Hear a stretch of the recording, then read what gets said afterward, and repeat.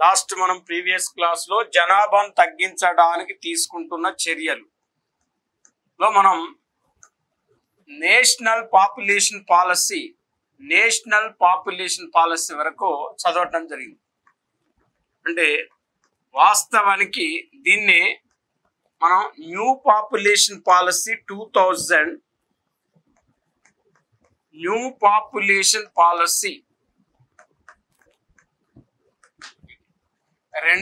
సంవత్సరం new population policy 2000 year. జాతీయ జనాభా విధానము 1976, నూతన జనాభా విధానము 2000 సంవత్సరం. అంటే దీంట్లో ముఖ్యాంశాలు కూడా మనం మొత్తం చదవటం జరిగింది. అంటే జాతీయ నూతన జనాభా విధానంలో కూడా ముఖ్యాంశాల గురించి అధ్యయనం చేయటం జరిగింది. జనరల్ గా మనం ఒకసారి పరిగణలోకి తీసుకుంటే ఈ నూతన జనాభా విధానం యొక్క లక్ష్యం ఏంటంటే 2045 చివరి నాటికి 2046 మొదటి నాటికి జనాభా స్థిరీకరణను సాధించడమే దీని యొక్క ప్రధాన లక్ష్యం.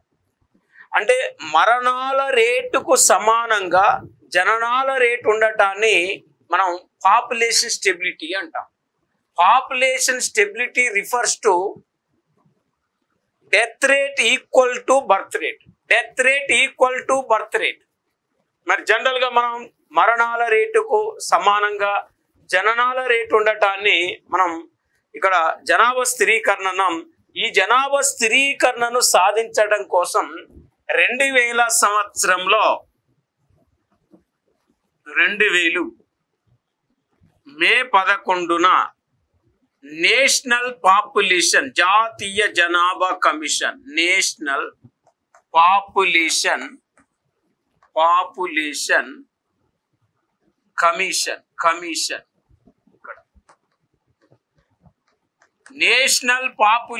కమిషన్ జాతీయ జనాభా కమిషన్ ని ఏర్పాటు చేశారు. మరి జాతీయ జనాభా కమిషన్ ని ఏర్పాటు చేయటం జరిగింది. నేషనల్ పాపులేషన్ కమిషన్ అంటే చూడండి 2000 మే 11 జాతీయ జనాభా కమిషన్ ని ఏర్పాటు చేశారు, లాంచ్ చేశారు. ఈ జాతీయ జనాభా కమిషన్ కి ఒక అధ్యక్షుడు ఉంటాడు, ఒక ఉపాధ్యక్షుడు ఉంటాడు. మరి ఒక అధ్యక్షుడు ఉంటాడు, ఒక ఉపాధ్యక్షుడు ఉంటాడు. అధ్యక్షుడు ప్రధానమంత్రి, ఉపాధ్యక్షుడు కుటుంబ ఆరోగ్య సంక్షేమ శాఖ మంత్రి. అయితే 2005 మే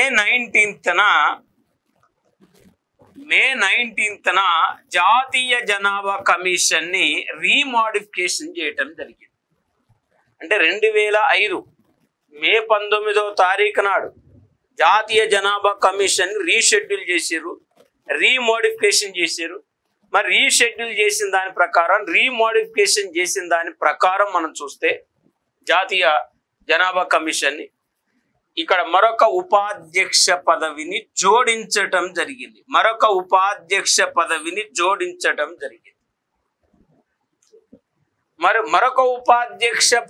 జోడించడం జరిగింది అని చెప్తున్నాం. జనరల్ గా మనం ఒకసారి స్టడీ చేస్తే, అధ్యయనం చేస్తే మరొక ఉపాధ్యక్షుడు ఎవరంటే ప్రజెంట్ నీతి ఆయోగ్ యొక్క ఉపాధ్యక్షుడు. ప్రస్తుతం జాతీయ జనాభా కమిషన్ లో సభ్యులు ఎంతమంది అంటే 3. మరి ఒక అధ్యక్షుడు, 2 సభ్యులు, అధ్యక్షుడితో కలుపుకుంటే 3 సభ్యులు ఉంటారు. మరి ఇప్పుడు ఈ జాతీయ జనాభా కమిషన్ ఏం చేయాలంటే న్యూ పాపులేషన్ పాలసీ మీద కాన్సన్ట్రేషన్ చేయాలి. 2045 జనాభా స్థిరీకరణ మీద కాన్సన్ట్రేషన్ చేసే ఉద్దేశంతో ఈ న్యూ పాపులేషన్ పాలసీని తీసుకురావటం జరిగింది. అయితే ఇక్కడ మనం జనరల్ గా మనం ఒక్కసారి పరిగణలోకి తీసుకుంటే ఒకటి 2000 సంవత్సరంలో national population stability fund, national population stability fund, జాతీయ జనాభా స్థిరీకరణ నిధి. జాతీయ జనాభా స్థిరీకరణ నిధిని 2000 సంవత్సరంలో ఏర్పాటు చేయటం జరిగింది జాతీయ జనాభా స్థిరీకరణ నిధి, నేషనల్ పాపులేషన్ స్టెబిలిటీ ఫండ్. మరి ఈ జాతీయ జనాభా స్థిరీకరణ నిధి యొక్క ఆశయం 2045 నాటికి జనాభా స్థిరీకరణను సాధించే దిశగా ఈ పాపులేషన్ ఫండ్ని ఏర్పాటు చేయడం జరిగింది. దీన్ని 2003వ సంవత్సరంలో జాతీయ జనాభా స్థిరీకరణ నిధిని జనసంఖ్యా స్థిరత్వ కోష్గా పేరు మార్చారు. జనసంఖ్యా స్థిరత్వ కోష్. మరి జనసంఖ్యా స్థిరత్వ కోష్గా దీని పేరు మార్చడం జరిగింది అంటున్నాం, నేషనల్ పాపులేషన్ స్టెబిలిటీ ఫండ్ అని. మరి జనసంఖ్యా స్థిరత్వ కోష్గా పేరు మార్చటం జరిగింది. మేజర్గా మనం ఒక్కసారి పరిగణలోకి తీసుకుంటే, స్టడీ చేస్తే, అధ్యయనం చేస్తే, ఇది మనం నేషనల్ పాపులేషన్ స్టెబిలిటీ ఫండ్ను జనసంఖ్యా స్థిరత్వ కోష్గా పేరు మార్చారు. జనాభాను తగ్గించడానికి మన ప్రభుత్వం తీసుకుంటున్న చర్యల్లో NRHM national rural health machine. National rural health machine అనేది ఒక కాన్సెప్ట్. మరి నేషనల్ రూరల్ హెల్త్ మిషన్ ని మనం పరిగణలోకి తీసుకుంటే జాతీయ గ్రామీణ ఆరోగ్య మిషన్. ఇది జనాభాను తగ్గించడానికి ప్రభుత్వం తీసుకుంటున్న చర్యల్లో NRHM ఒకటి. మరి ఇక్కడ నేషనల్ రూరల్ హెల్త్ మిషన్ ని నేషనల్ రూరల్ హెల్త్ మిషన్ ని జాతీయ గ్రామీణ ఆరోగ్య మిషన్. ఇది 2005లో దీన్ని లాంచ్ చేయటం జరిగింది, 2005లో. మరి 2005వ సంవత్సరంలో దీన్ని లాంచ్ చేసారు అని చెప్తున్నాం. మరి జనరల్గా దీంట్లో భాగంగా ఆశా కార్యకర్తలను అపాయింట్మెంట్ చేయటం జరిగింది. ఆశా కార్యకర్తలు accredited social health activist.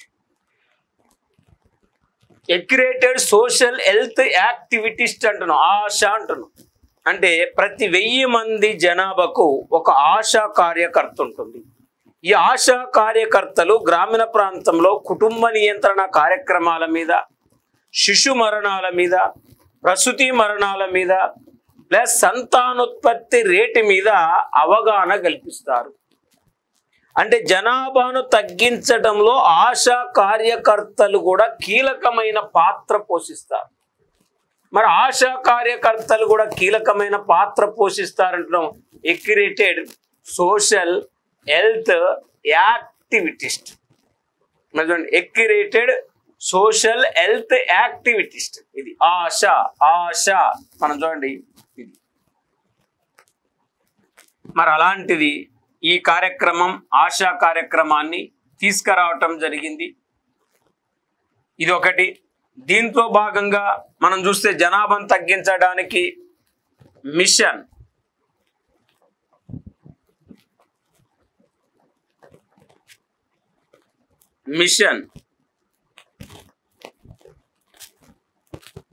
Vikas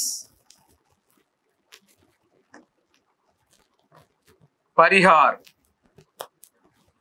machine Vikas Parihar. మరి మిషన్ వికాస్ పరిహార్ అనే కార్యక్రమం, మరి ఇక్కడ జనరల్ గా మిషన్ వికాస్ పరిహార్ అనే కార్యక్రమాన్ని 2016 సెప్టెంబర్ 16వ తారీఖు నాడు ఈ మిషన్ వికాస్ పరిహార్ అనే ఒక కార్యక్రమాన్ని తీసుకురావటం జరిగింది. మరి మిషన్ వికాస్ పరిహార్ అనే కార్యక్రమాన్ని 2016 సెప్టెంబర్ 16న తీసుకొచ్చారు. దీన్ని 146 జిల్లాల్లో 7 రాష్ట్రాల్లో ఈ మిషన్ని ఇంప్లిమెంటేషన్ చేయటం జరిగింది. అంటే 7 రాష్ట్రాల్లో 146 జిల్లాలో ప్రవేశపెట్టారు. ఉత్తరప్రదేశ్ అండ్ మధ్యప్రదేశ్, రాజస్థాన్, బీహార్, ఛత్తీస్గఢ్,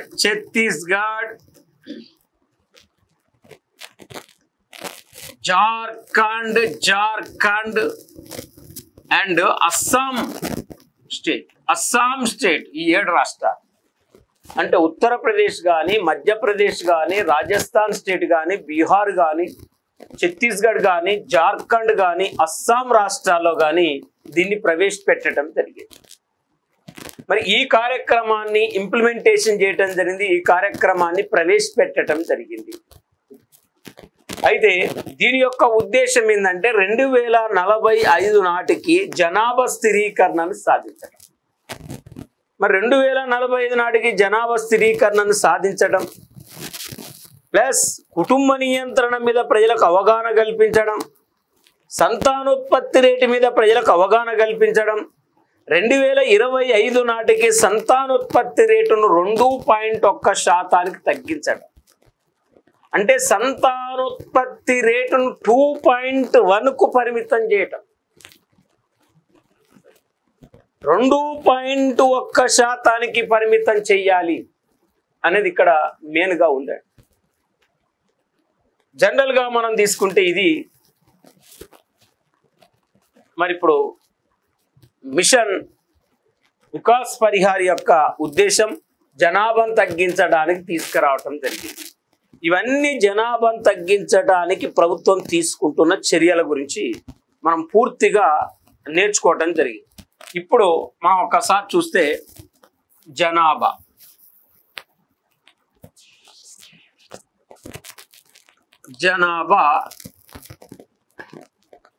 లెక్కలు. జనాభా లెక్కల చరిత్ర అనేది నాటిది కాదు, నేటిది కాదు, కొన్ని వందల సంవత్సరాల క్రితం నుంచి ఉంది. అంటే క్రీస్తు పూర్వం మరియు మౌర్యుల కాలంలోనే జనాభా లెక్కలను సేకరించినట్లు మన చరిత్ర చెప్తుంది. మౌర్యుల కాలంలో ఆర్థిక మంత్రి అయిన కౌటిల్యుడు తన పొలిటికల్ ఎకానమీ అనే గ్రంథంలో మరి ఇక్కడ వాస్తవానికి మౌర్యుల కాలంలో జనాభా లెక్కలు సేకరించినట్లు మనకు స్పష్టంగా కనపడుతుంది. అంతేకాకుండా మొఘల్ రాజుల కాలంలో కూడా జనాభా లెక్కలు సేకరించినట్లు మొఘల్ కాలంలో మరి ఆస్థాన విద్వాంసుడైన అబుల్ ఫజల్ రాసిన ఐని అక్బర్ అనే గ్రంథంలో కూడా జనాభా లెక్కల సేకరణ జరిగినట్లు మనకు తెలుస్తుంది. మొఘళ్ళ కాలంలో పరిపాలన మరి జనాభా లెక్కలు, తర్వాత ఇంకా మనం జనాభా లెక్కల సంబంధించి పరిపాలన వివరాలను సేకరించినట్లు మొఘల్ చక్రవర్తి అయిన అక్బర్ కాలంలో సేకరించినట్లు మనకు పూర్తిగా సమాచారం అందుబాటులో ఉంది. అయితే ఇక్కడ మనకు 1872లో మొదటిసారిగా మన దేశంలో జనాభా లెక్కల సేకరణ స్టార్ట్ అయింది. మరి 1872వ సంవత్సరంలో మన దేశంలో లార్డ్ మేయో బ్రిటిష్ గవర్నర్ జనరల్గా ఉన్నప్పుడు జనాభా లెక్కల సేకరణ జరిగింది అని చెప్తాను. మరి lord Mayo British governor general ఉన్నప్పుడు జనాభా లెక్కల సేకరణ జరిగిందంటే మరి అప్పుడు వాస్తవానికి దాదాబాయి నౌరోజీ జనాభా లెక్కలను సేకరించడం జరిగింది. దాని తర్వాత 1881 నుంచి క్రమం తప్పకుండా 1881 నుంచి క్రమం తప్పకుండా జనాభా లెక్కలను ప్రతి 10 సంవత్సరాలకు ఒకసారి జనాభా లెక్కలను సేకరిస్తున్నారు. 1872, 1881 ఆనాటి నుంచి నేటి వరకు కూడా ప్రతి 10 yearsకి ఒకసారి జనాభా లెక్కల సేకరణ అనేది జరుగుతుంది. మరి జనాభా లెక్కల సేకరణ 1872 నుంచి స్టార్ట్ అయిందని చెప్తున్నాం. 1881 నుంచి క్రమం తప్పకుండా ప్రతి 10 సంవత్సరాలకు ఒకసారి జనాభా లెక్కలు సేకరిస్తున్నారు. 1881లో జనాభా లెక్కలను సేకరించినప్పుడు అప్పుడు జనాభా లెక్కల రిజిస్టర్ అంటే census commissioner, register of census commission chairman W C Plowden. ఈ డబ్ల్యూసి ఫ్లోడెన్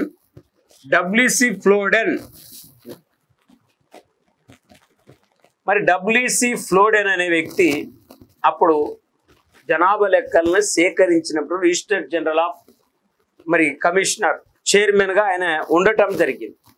అయితే 1881 నుంచి కూడా నేటి వరకు అంటే 2011 వరకు జనాభా లెక్కలు ప్రతి 10 సంవత్సరాలకు ఒకసారి క్రమం తప్పకుండా సేకరించడం జరిగింది.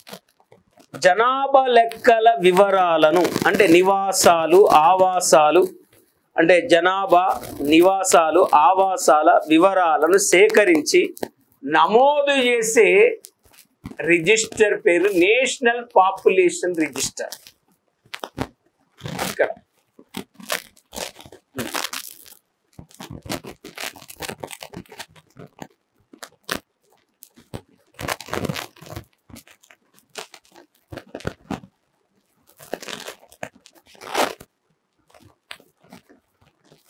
National population register. మరి ఈ నేషనల్ పాపులేషన్ రిజిస్టర్ మరి జనరల్ గా మనకు 1881 నుండి కూడా క్రమం తప్పకుండా జనాభా లెక్కల సేకరణ జరుగుతుందని చెప్తున్నాం.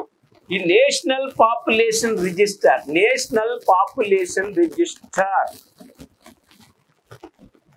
చూస్తే జనాభా లెక్కల వివరాలను సేకరించి నమోదు చేసే రిజిస్టర్ పేరు నేషనల్ పాపులేషన్ రిజిస్టర్. మరి ఈ నేషనల్ పాపులేషన్ రిజిస్టర్ ఎవరు తయారు చేస్తారు? Register general of India. Register general of India అనే వాళ్ళు ఈ నేషనల్ పాపులేషన్ రిజిస్టర్ను తయారు చేస్తారు. మరి భారతదేశంలో జనాభా లెక్కల వివరాలను పొందుపరిచే రిజిస్టర్ పేరు ఇది. ఆ రిజిస్టర్ తయారు చేసేవారు రిజిస్టర్ జనరల్ ఆఫ్ ఇండియా. మరి జనాభా లెక్కలను ఎవరు సేకరిస్తారు అంటే register general census and commission of India కార్యాలయం వారు. చూడండి, register general census and commission of India వాళ్ళు భారతదేశంలో జనాభా లెక్కలను సేకరిస్తారు. ప్రస్తుతం భారతదేశంలో register general census commission of India chairman ఎవరంటే మృత్యుంజయ్ కుమార్ నారాయణ్ ప్రజెంట్ ఆయన వివరిస్తున్నారు. అలా 10 సంవత్సరాలకు ఒకసారి క్రమం తప్పకుండా జనాభా లెక్కల సేకరణ అనేది జరుగుతుంది. 1872 నుంచి కూడా మనకు 1931 వరకు 1872 నుంచి కూడా 1931 వరకు జనాభా లెక్కలను మనం చూస్తే వాస్తవానికి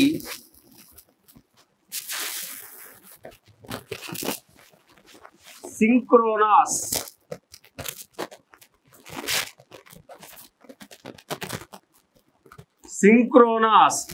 డిఫాక్టో పద్ధతిలో జనాభా లెక్కల సేకరణ జరిగింది.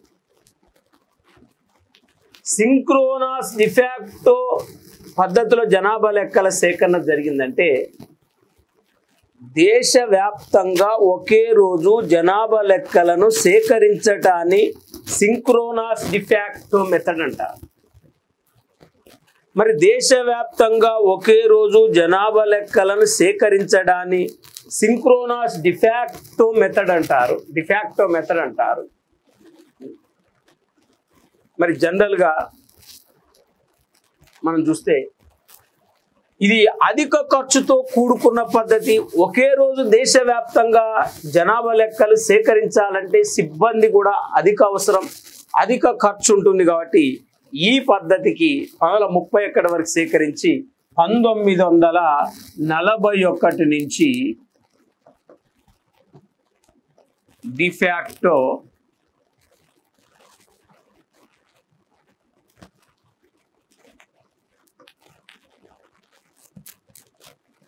డిఫాక్టో కన్వెన్సర్. అంటే డిఫాక్టో కన్వెన్సర్ మెథడ్లో జనాభా లెక్కలను సేకరిస్తున్నారు.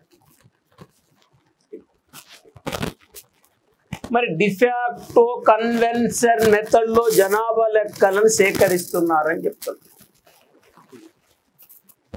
డిఫాక్టో కన్వెన్సర్ మెథడ్ అంటే 41 వరకు ఈ పద్ధతిలో జనాభా లెక్కలు సేకరించారు, 41 నుండి ఈ పద్ధతిలో సేకరిస్తున్నారు. అంటే వారం రోజుల పాటు జనాభా లెక్కలను సేకరించడాన్ని డిఫాక్టో కన్వెన్సర్ మెథడ్ అంటారు. డిఫాక్టో కన్వెన్సర్ మెథడ్ అంటారు. మరి వారం రోజుల పాటు జనాభా లెక్కలు సేకరిస్తారు. మరి ఇది 41 నుంచి సేకరిస్తున్నారు. వాస్తవానికి మనం ఒక్కసారి చూస్తే 2011లో సేకరించిన జనాభా లెక్కలు ఎన్నోవయ్యి అంటే 1872 మొదటివి, 1881, 1891, 1901, 1911, 1921, 1931, 1941, 1941, 1951, 1961, 1971, 1981, 1981, 1991, 2001, 2011. అంటే 1,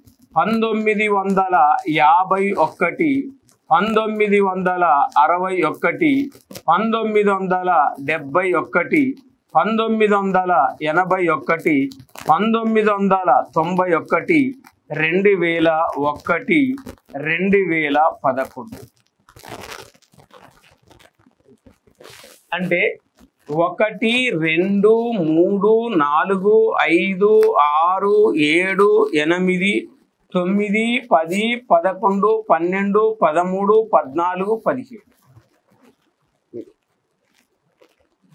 అంటే 2011 సంవత్సరంలో సేకరించిన జనాభా లెక్కలు 15వ.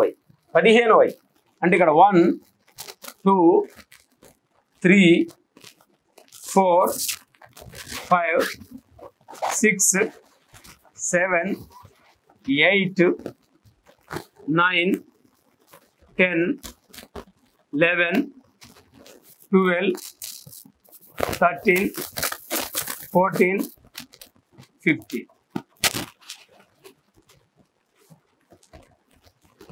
15వ జనాభా లెక్కలు. అంటే 2011లో సేకరించిన జనాభా లెక్కలు ఎన్నో అంటే 15వ జనాభా లెక్క.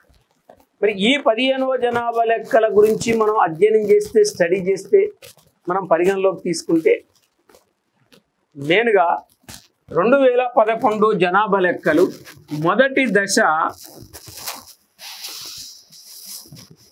2010 ఏప్రిల్ 1 నుంచి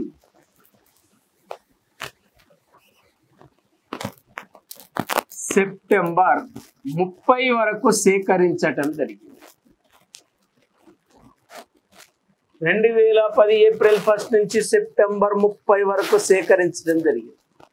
వాస్తవానికి రెండవ దశ 2011 ఫిబ్రవరి 9 నుండి 28 వరకు సేకరించడం జరిగింది. మరి 2011 ఫిబ్రవరి 9 నుండి 28 వరకు సేకరించినట్టు. ఇక్కడ సేకరించిన జనాభా లెక్కలు 2013 ఏప్రిల్ 30న విడుదల చేయటం జరిగింది. అంటే 2011 జనాభా లెక్కలు మొదటి దశ 2011లో విడుదల చేసినప్పటికీ తుది దశ ఫలితాలను 2013 ఏప్రిల్ 30న విడుదల చేయటం జరిగింది. అప్పటి జనాభా లెక్కల రిజిస్టర్ చంద్రమౌళి, కేంద్ర హోంశాఖ మంత్రి సుశీల్ కుమార్ సిండే, కేంద్ర హోంశాఖ కార్యదర్శి గోపాలకృష్ణ పిలే వీరందరూ కలిసి మనం జనరల్గా చూస్తే జనాభా లెక్కలను 2013 ఏప్రిల్ 30న విడుదల చేయటం జరిగింది. మరి జనరల్గా మనం ఒకసారి పరిగణలోకి తీసుకుంటే అయితే ఆనాడు విడుదల చేసిన దాని ప్రకారం భారతదేశ జనాభాను మనం పరిగణలోకి తీసుకుంటే 121,5,05,60,000 69,573. అంటే 121,05,69,573. మరి ఇక్కడ చూడండి 121,05,69,573. ఇందులో 62,31,21,21,843 మంది పురుషులు, 58,44,00,000 మరి 74,47,730 మంది. ఇక్కడ చూస్తే ఇక్కడ మనకు జనరల్ గా 3, 7, 8, 15, 9, 4, 2, 6, 4, 1, 5, 7, 3, 10 ప్లస్ ఇక్కడ 8, 2, 10, 11, 6, 5, 11, 12, 121 కోట్ల మనం చూస్తే 5,69,570. ఈ రెండు కూడితే మనకి ఇంత రావాలి. మరి అంత రావాలి కాబట్టి టోటల్ పాపులేషన్ ఇది టోటల్, ఇది మేల్, ఇది ఫిమేల్, ఇది ఫిమేల్.